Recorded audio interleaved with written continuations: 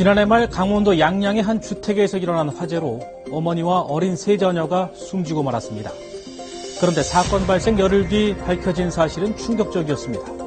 숨진 일가족 4명은 사고가 아닌 누군가 고의로 지른 불에 의해 살해를 당한 것이었고, 경찰에 붙잡힌 피의자는 가족과 가깝게 지내던 이웃이었습니다.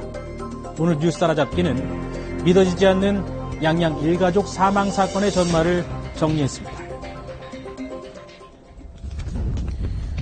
지난달 29일 밤 9시 반쯤 농촌 마을의 정적을 깬 건 2층짜리 주택에서 갑자기 솟구쳐 오른 불길이었습니다. 여기 왜 이렇게 폭풍 소리가 나나 이렇게 살피니까 불나서 그래서 소풍서에다 내가 신고하고 그래. 안방 쪽 창문이 이제 장틀하고 같이 이제 떨어져 나가서 이제 마당에 떨어져 있었고, 그리고 거기서 이제 화염이 계속 분출되고 있었으니까요.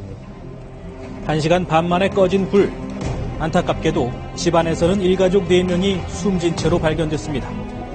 어머니 38살 박모 씨와 13살과 9살, 그리고 6살 난 어린 형제들, 집안에 있던 일가족 4명이 모두 참변을 당하고 말았습니다.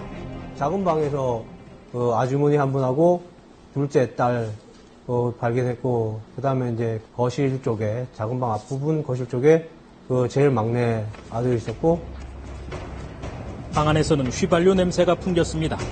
누군가 일부러 불을 낸 것으로 추정되는 상황. 처음 경찰은 경제적 어려움을 겪던 가족이 스스로 목숨을 끊었을 가능성에 대해 조사했습니다. 그런데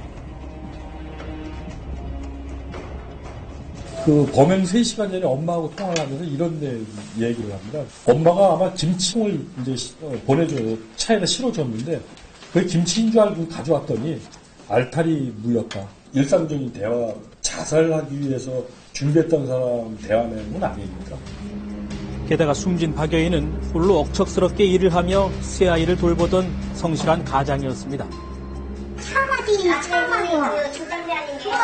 지금 맛도 없고 아침 9시에 와서 3시까지 하고 4만 원 받아가.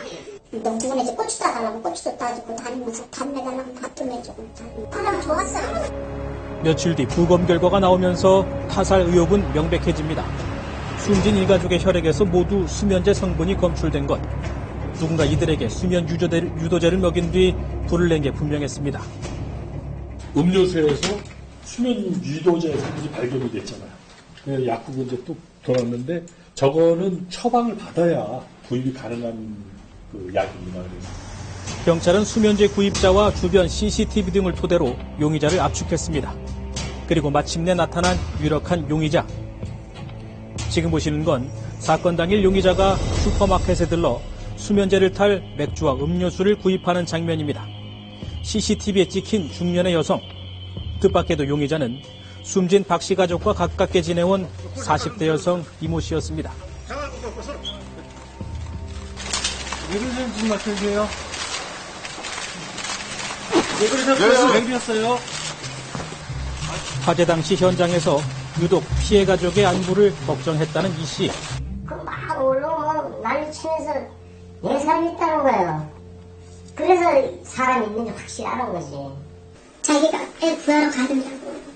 어떻게 알고 왔냐 그랬더니 자기도 집에 있다가 전화 받고 왔다고. 하지만 모두 계획된 일로 드러났습니다. 지금 화면은 마을 근처에 설치된 CCTV입니다.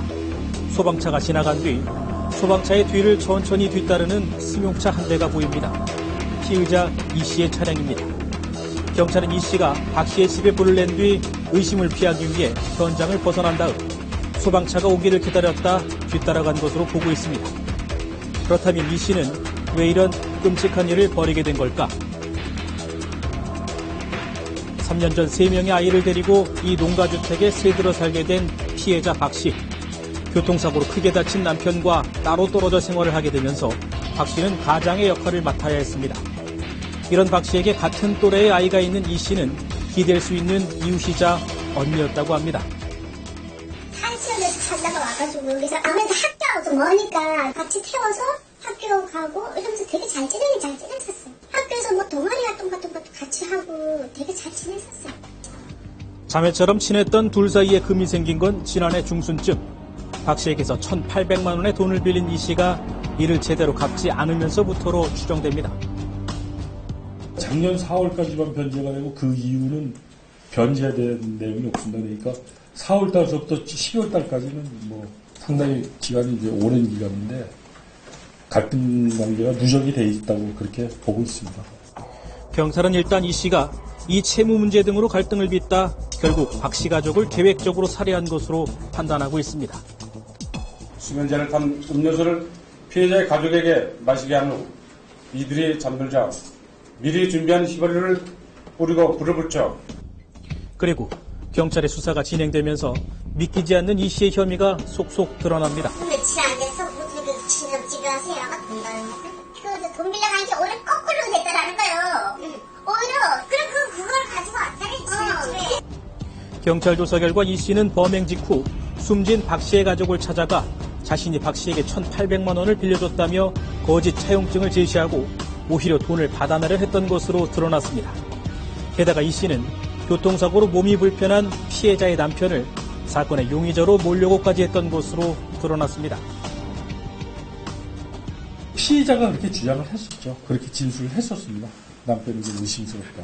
범행 시점을 그렇게 잡은 것도 남편이 그날 온다는 걸 알고 왔다 간다는 걸 알고선 준비하지 않았나 그렇게 생각을 했습니다. 이웃 가족을 무참히 살해하고 범행을 감추려 했던 피의자.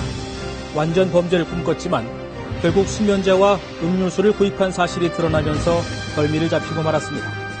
경찰은 이 씨를 방화치사 혐의로 구속하고 며칠 내로 현장 검증을 진행할 계획입니다.